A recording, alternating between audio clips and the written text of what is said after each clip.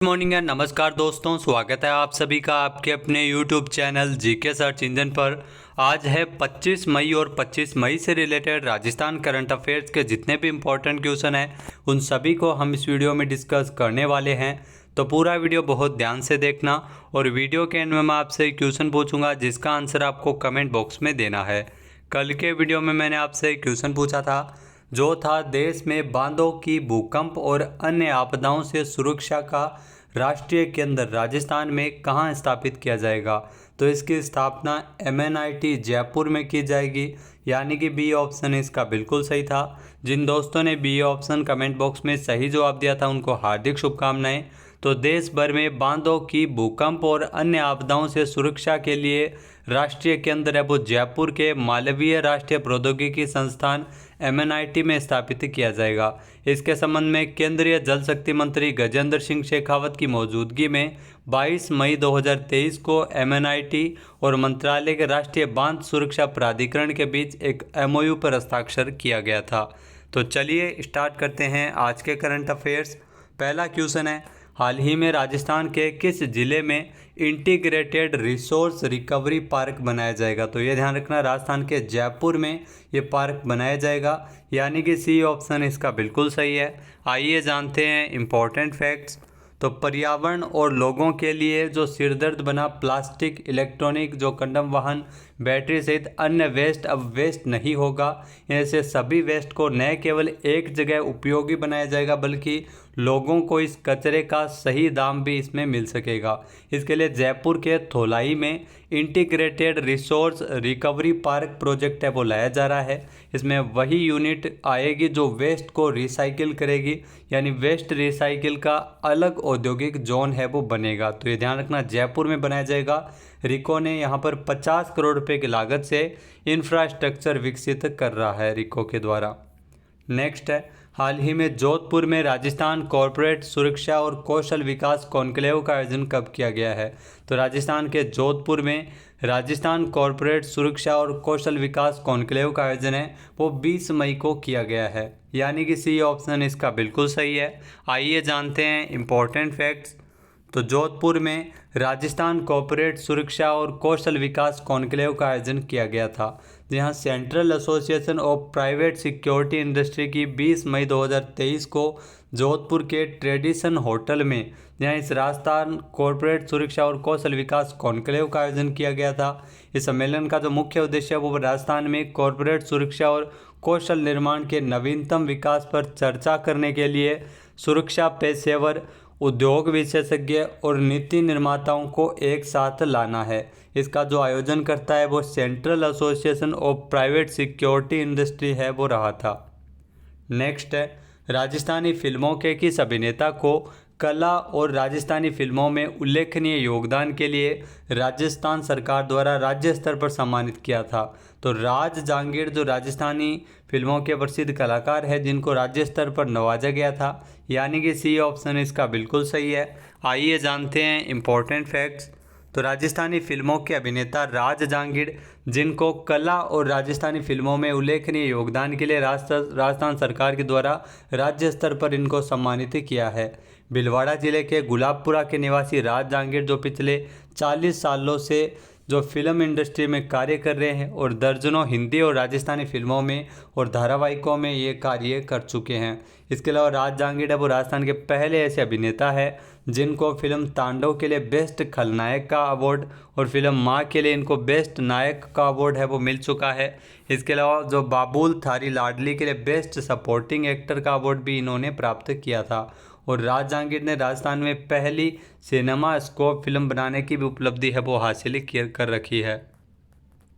अगला जो क्वेश्चन है, हाल ही में राजस्थान में कितने करोड़ रुपए की लागत से अमराजी भगत पैनोरमा का निर्माण कार्य चल रहा है। तो राजस्थान में ध्यान रखना, चित्तौड़गढ़ में अमराजी भगत पैनोरमा का निर्माण कार्य वो किया जा रहा है। उसकी जो लागत है वो तकरीबन 4 करोड़ रुपए आंकी गई है, यानी कि सी ऑप्शन इसका बिल्कुल सही है। आइए जानते हैं इम्पोर्टेंट फैक्ट्स। तो राजस्थान धरोहर प्राधिकरण बोर्ड के अध्यक्ष सुरेंद्र सिंह जाडावत ने 24 मई को चित्तौड़गढ़ में आनागढ़ बावजी की धूणी नरबदिया में लोक देवता अमराजी भगत पैनोरमा के निर्माण कार्य का भूमि पूजन किया था। जहां गाडरी समाज के आराध्य देव अमराजी भगत के पैनोरमा के निर्माण के लिए मुख्यमंत्री अशोक गहलोत द्वारा हाल ही में 4 करोड़ रुपए की वित्तीय स्वीकृति भी प्रदान की थी। नेक्स्ट है, राजस्थान में बहुउद्देश्य यानी पॉलीक्लिनिक पशु चिकित्सा जो चिकित्सालयों के भवनों का निर्माण कार्य कहाँ किया जाएगा? तो ये ध्यान रखना, जयपुर के चाकसू में और कुचामन सिटी, नागौर और नवलगढ़ में। जी हाँ, यहाँ पर ये भवनों का निर्माण कार्य किया जाएगा। बहुउद्देश्य पशु चिकित्सालय यानी कि डी ऑप्शन है इसका बिल्कुल सही है। आइए जानते हैं इम्पोर्टेंट फैक्ट्स। तो जयपुर के चाकसू, नागौर के कुचामन सिटी और झुंझुनू के नवलगढ़ में बहुउद्देश्य पॉलीक्लिनिक पशु चिकित्सालय भवनों का निर्माण कार्य किया जाएगा। इसके लिए 2.5 करोड़ रुपये प्रति चिकित्सालय व्यय किए जाएंगे। मुख्यमंत्री अशोक गहलोत ने इस कार्य के लिए 750 करोड़ रुपये के प्रस्ताव को मंजूर किया है। इसे पशुओं के इलाज के लिए पशुपालकों को दूर तक जाना नहीं पड़ेगा। जहाँ इन तीनों पशु चिकित्सालयों के भवनों का निर्माण होने से राजस्थान राज्य कृषि विपणन बोर्ड के द्वारा इसका निर्माण कार्य वो किया गया है। प्रदेश में स्वास्थ्य सेवाओं को मजबूत करने के लिए राजस्थान सरकार ने 70 नए उप स्वास्थ्य केंद्र खोले जाने की भी घोषणा की और मंजूरी प्रदान की है। नेक्स्ट क्वेश्चन है, हाल ही में राजस्थान चिकित्सा विभाग के किस पोर्टल का लोकार्पण मुख्यमंत्री अशोक गहलोत ने किया था? तो राज हेल्थ पोर्टल का लोकार्पण किया गया था, यानी कि बी ऑप्शन इसका बिल्कुल सही है। आइए जानते हैं इम्पोर्टेंट फैक्ट्स। तो मुख्यमंत्री अशोक गहलोत ने राजस्थान चिकित्सा विभाग के राज हेल्थ पोर्टल का लोकार्पण किया था। जहाँ पोर्टल है वो चिकित्सा और स्वास्थ्य विभाग के ई ऑफिस के रूप में कार्य है वो कर रहा है। यह आमजन की समस्याओं के त्वरित एवं पारदर्शी निस्तारण में भी अहम भूमिका निभाता है। साथ ही साथ Rajasthan model of public health के पोस्टर और पोर्टल के ब्रोशर का भी विमोचन किया गया था। सीएम अशोक गहलोत ने 19 अप्रैल को राजस्थान इंटरनेशनल सेंटर में 1763 नवनियुक्त चिकित्सकों के शपथ ग्रहण और राज हेल्थ पोर्टल का लोकार्पण समारोह को संबोधित भी किया था 19 अप्रैल को। नेक्स्ट है, हाल ही में जोधपुर इंटरनेशनल थिएटर फेस्टिवल का आयोजन कब किया गया था? तो जोधपुर इंटरनेशनल थिएटर फेस्टिवल है वो 18 से लेकर 22 मार्च तक आयोजित हुआ था, यानी कि बी ऑप्शन इसका बिल्कुल सही हो जाएगा। आइए जानते हैं इम्पोर्टेंट फैक्ट्स। तो जोधपुर इंटरनेशनल थिएटर फेस्टिवल इसका आयोजन 18 से लेकर 22 मार्च 2023 तक किया जाना है। इसमें जो आयोजक है वो राजस्थान संगीत नाटक अकादमी होती है। अंतर्राष्ट्रीय स्तर का यह थिएटर फेस्टिवल वो जोधपुर में, ध्यान रखना, पहली बार इसका आयोजन है वो किया गया है। जोधपुर इंटरनेशनल थिएटर फेस्टिवल में देश विदेश के 6 नाटकों को प्रदर्शित भी किया गया था। नेक्स्ट है, हाल ही में मुख्यमंत्री अशोक गहलोत ने जन आधार ई वॉलेट कब लॉन्च किया है? तो हाल ही में सीएम अशोक गहलोत द्वारा जन आधार ई वॉलेट है वो 20 मार्च को लॉन्च किया गया था, यानी कि बी ऑप्शन यहाँ पर बिल्कुल सही है। आइए जानते हैं इम्पोर्टेंट फैक्ट्स। तो मुख्यमंत्री अशोक गहलोत ने 20 मार्च को जोधपुर में 200 करोड़ रुपए की लागत से Rajiv Gandhi knowledge service and innovation hub का शिलान्यास किया था और इसी अवसर पर जन आधार ई वॉलेट को भी लॉन्च किया गया था। तो ये भी आपके लिए महत्वपूर्ण है, जिसके माध्यम से राजस्थान सरकार द्वारा लाभार्थियों को दिए जा रहे नगद राशि और नगद जो गैर नगद राशि के वाउचर्स इसमें मिल सकेंगे। इसके अतिरिक्त मुख्यमंत्री ने राजस्थान डिजिटल यात्रा रिपोर्ट का भी विमोचन सीएम अशोक गहलोत द्वारा किया गया था। नेक्स्ट है, हाल ही में India pharma and India medical device 2023 पर अंतर्राष्ट्रीय सम्मेलन का 8वां संस्करण का आयोजन है वो कब किया जाएगा? तो इसका आयोजन है वो 26 से लेकर 27 मई तक होगा, यानी कि बी ऑप्शन यहाँ पर बिल्कुल सही है। आइए जानते हैं इम्पोर्टेंट फैक्ट्स।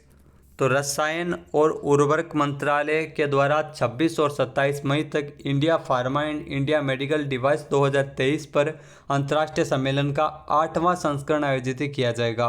इस सम्मेलन का जो उद्घाटन है वो केंद्रीय मंत्री मनसुख मंडाविया के द्वारा किया जाएगा, जो स्वास्थ्य मंत्री है।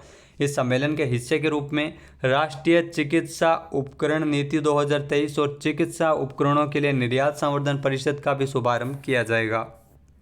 नेक्स्ट है, हाल ही में किस वर्ष क्वाड लीडर्स समिट की मेज़बानी है वो अपना देश भारत करेगा? तो साल 2024 के जो क्वाड लीडर्स समिट की मेज़बानी है वो भारत करने वाला है, यानी कि बी ऑप्शन यहाँ पर बिल्कुल सही है। आइए जानते हैं इम्पोर्टेंट फैक्ट्स। तो साल 2024 में क्वाड लीडर्स समिट की मेज़बानी है वो अपना देश भारत करेगा। जहाँ भारत साल 2024 में जो क्वाड शिखर सम्मेलन की मेज़बानी करने वाला है, जिसकी घोषणा पीएम मोदी ने क्वाड शिखर सम्मेलन 2023 में की थी। जी हाँ, क्वाड्रिलेटरल सिक्योरिटी डायलॉग QSD, जिसे आमतौर पर क्वाड के रूप में जाना जाता है, ऑस्ट्रेलिया, भारत, जापान और संयुक्त राज्य अमेरिका के बीच यह एक रणनीतिक सुरक्षा संवाद है। इसका जो मुख्य उद्देश्य है वो जो देशों को जलवायु परिवर्तन के प्रभावों को कम करने और जलवायु लचीलेपन के मजबूत करने के संबंध में मदद करना है। बात करते हैं आज के हमारे क्विज के, जिसका आंसर आपको कमेंट बॉक्स में देना है। तो आज का क्विज है, अंतर्राष्ट्रीय जैव विविधता दिवस के अवसर पर किस जिले के बीड़ कंजर्वेशन रिजर्व में पर्यटकों के लिए जंगल सफारी की शुरुआत की गई है? एक बार फिर से सुनिएगा, अंतर्राष्ट्रीय जैव विविधता दिवस के अवसर पर किस जिले के बीड़ कंजर्वेशन रिजर्व में पर्यटकों के लिए जंगल सफारी शुरू की गई है? इसका सही आंसर आपको कमेंट बॉक्स में देना है। और अगर ये वीडियो आपको पसंद आए तो इसे लाइक और शेयर करना बिल्कुल न भूलिएगा। चैनल पे नए हैं, सब्सक्राइब नहीं किया है तो अभी सब्सक्राइब बटन पर क्लिक करें। इस वीडियो की जो PDF फाइल है वो आप वीडियो के डिस्क्रिप्शन बॉक्स से डाउनलोड कर सकते हैं और इस क्वेश्चन का आंसर आप वोट करके भी कर सकते हैं। जय हिंद, जय भारत, जय राजस्थान।